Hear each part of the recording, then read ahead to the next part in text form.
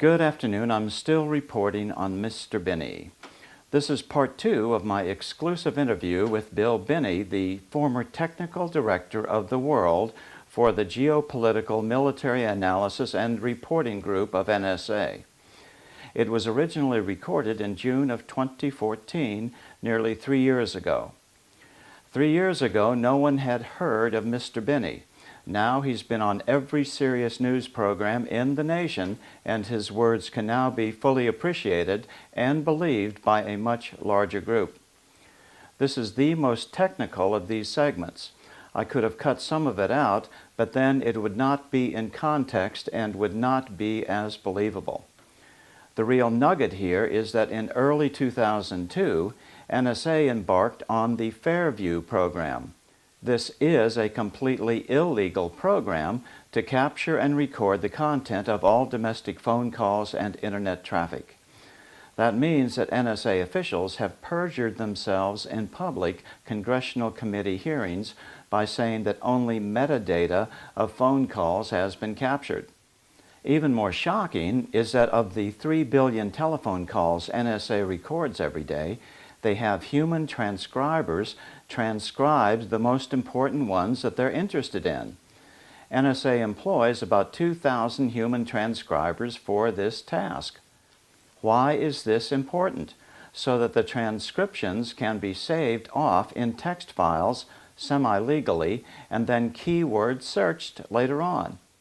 Why? Because none of us are without sin. We all would be embarrassed if everything about our lives was laid bare.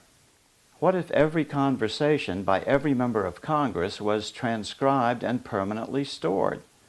The few times even the best of them misstepped could be held over their heads forever, forcing them to vote in certain ways by blackmailing them. Since 2001, what has been going on exactly? Initially, it started with billing records from AT&T and then other telecoms, and then they were collecting on the order of, my estimate was about the records of about 3 billion phone calls internally in the U.S. That is, people, long distance and local phone calls.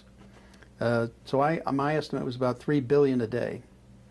And that was just domestic communication. So that mapped out all the relationships of everybody that you talked to on the phone. And then in early 2002, probably even before that, NARIS devices came online in 2002. That's when they started buying them, the NARIS STA 6400, which is what they were using for the fiber optic lines, the internet lines going across the fibers. And those sessionized fiber optic communications at the rate of 622 megabits per second. That was a NARIS STA 6400. Then they upgraded it later on to the NARIS Insight device, which runs at 10 gigabits per second. And this is way too technical. Okay, well, 10 gigabits per second would mean that one NARIS device, that Insight device, could sessionize and present for storage over 100 million 1,000 characters, 100 billion 1,000 character emails a day. That's virtually the world of communications and email. So this was 2002, then all emails came under scrutiny. That's when it started, yeah. It took them time to deploy these sites around the U.S. under a program called Fairview. I see. So Fairview started in 2002, and Fairview was aimed just at emails? Well, no, it took everything on the fiber line. That meant chatter, file transfers, voice over IP, video, whatever's on the fiber line, chatter, all your internet activity, whatever you do on the internet. Okay, well, now let's try to make this a little more succinct and just get it in one bite. So in 2002, phone calls started, and we're talking about monitoring full voice recordings of all phone calls. I'm not sure they do all of them. I thought perhaps they would actually transcribe or look at maybe 1 million of them a day. And the rest they would have available for a period of time that would age off as the new data came in. They might have enough to store maybe 30 days, say, or 3 weeks, and then a new week comes in, the old week ages off. Right. So they have that window of about 3 weeks to a month to look at it, data. This is how it started. Yeah. but now that's not the case. No, I think it's still pretty much the case. I mean, transcription of 3 billion phone calls a day, that's kind of a lot of transcribing to do. So even with machines, see, you can do machine translation, and that's pretty good if you're in a quiet environment. That is, the machine has a chance to adjust to the spoken language by a limited number of speakers. But if you have a noisy environment, it gets much more difficult to do automatic transcription of phone calls. So at that point, they'd have to revert to transcribers, like they did with Adrian Kinney and David Murphy Falk at Fort Gordon, Georgia. They were transcribers, transcribing phone calls from U.S. persons in the green zone back to their families in the United States. And they were doing that without a warrant, full transcription. So does Fort Meade here have just floors and floors of human transcriber people?